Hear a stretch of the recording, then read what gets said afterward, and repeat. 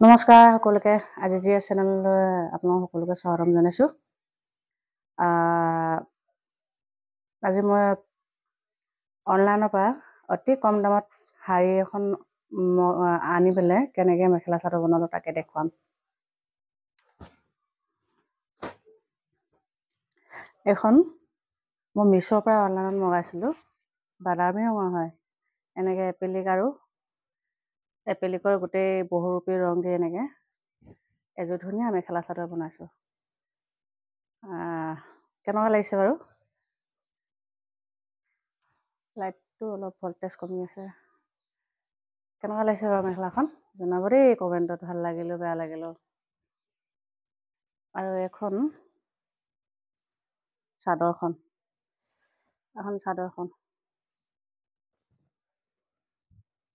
চাদৰখন টুপি বান্ধি আছোঁ, সম্পূৰ্ণ হোৱা নাই।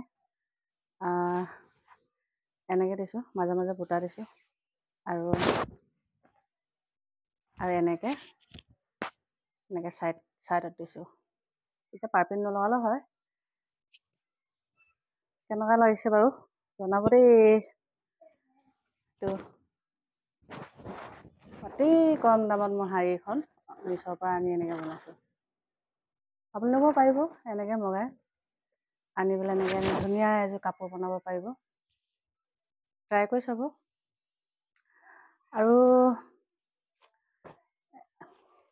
অৰ্ডাৰ বুলিয়ে ক'ব লাগিব, ভাগিন বোৱাৰী এজনীয়ে বনাবলৈ কৈছে। অৰ্ডাৰ দিয়া বহুত দিনেই হ'ল, মইহে ৰেডি কৰি দিব পৰা নাই। এইটো কাশ্মীৰ পাটৰ যোৰা আৰু ইয়াত এনেকৈ বগা ৰিবন দি এনেকৈ মেখেলা বনাইছোঁ। এইটো যোৰা মেখেলাখন হৈ আছে, খালি চাদৰখনহে ৰেডি কৰি দিব পৰা নাই। ইমান গৰমত মানে কাম কৰিবলৈ মন নাই। চাদৰটোৱে গ'ল আকৌ। একো হোৱা নাই, এনেকা হৈ যায়। চাদৰখন এনেকৈ কৰি দিছোঁ।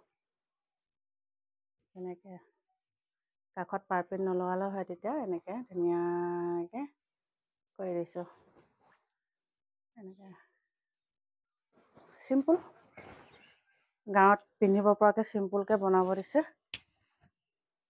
মাজে মাজে বুটা দিম, আগটো কৰি আছোঁ, হোৱা নাই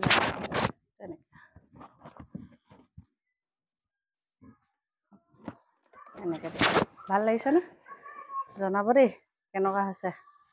বাৰু ভিডিঅ'টো বৰ বেছি দীঘলীয়া নকৰোঁ।